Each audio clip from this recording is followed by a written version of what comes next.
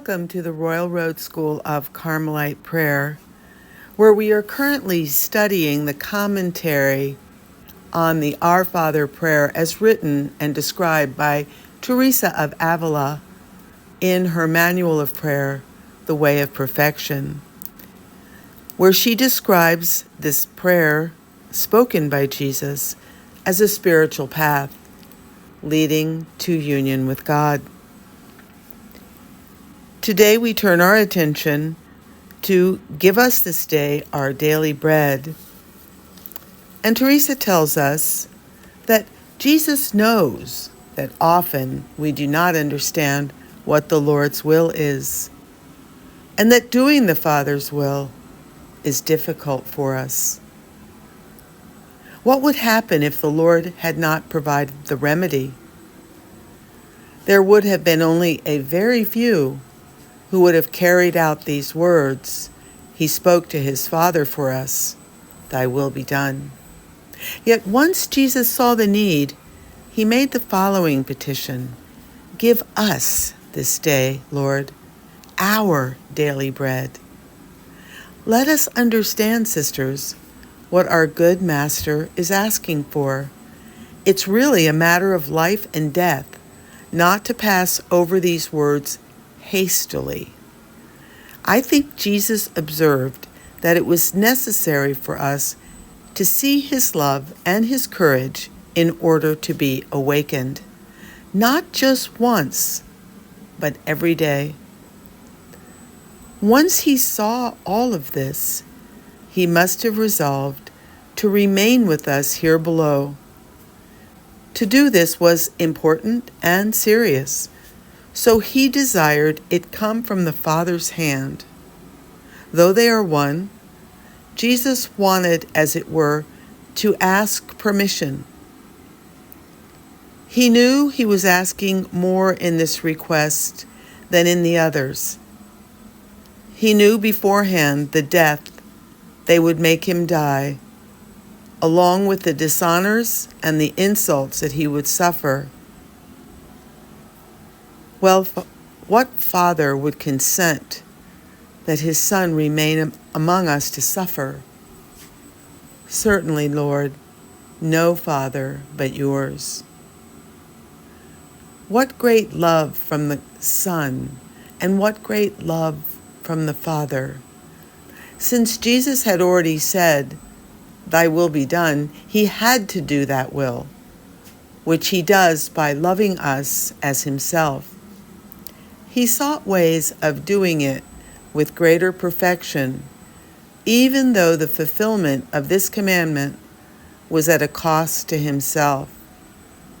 How is it, Eternal Father, that you consented? Why do you want to see your Son every day in such wretched hands? You have seen how they treated him. How can you see him insulted day after day? How many insults will be committed today against this most blessed sacrament? In how many enemies' hands must the Father see him? How much irreverence from these heretics? Why, Lord, do you accept such a petition?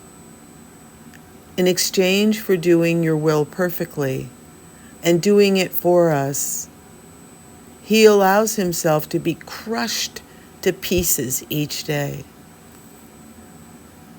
Why must all our good come at his expense? Why does he remain silent and speak only for us? Shouldn't someone speak for him? I have noticed how in this petition alone, he repeats the words.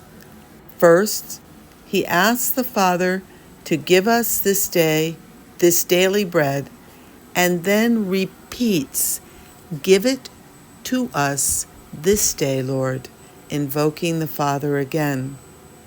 It's as though Jesus tells the Father that he is now ours, since the Father has given him to us to die for us, and ask that the Father not take him from us until the end of the world, that he allow Jesus to serve us each day. May this move your hearts, my daughters, to love your spouse, who seems to willingly say he is a slave and honored to be one. O Eternal Father, how much this humility deserves. What treasure do we have that could buy your Son?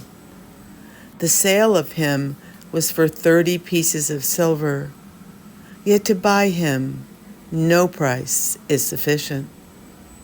By sharing in our nature, Jesus has become one with us here below.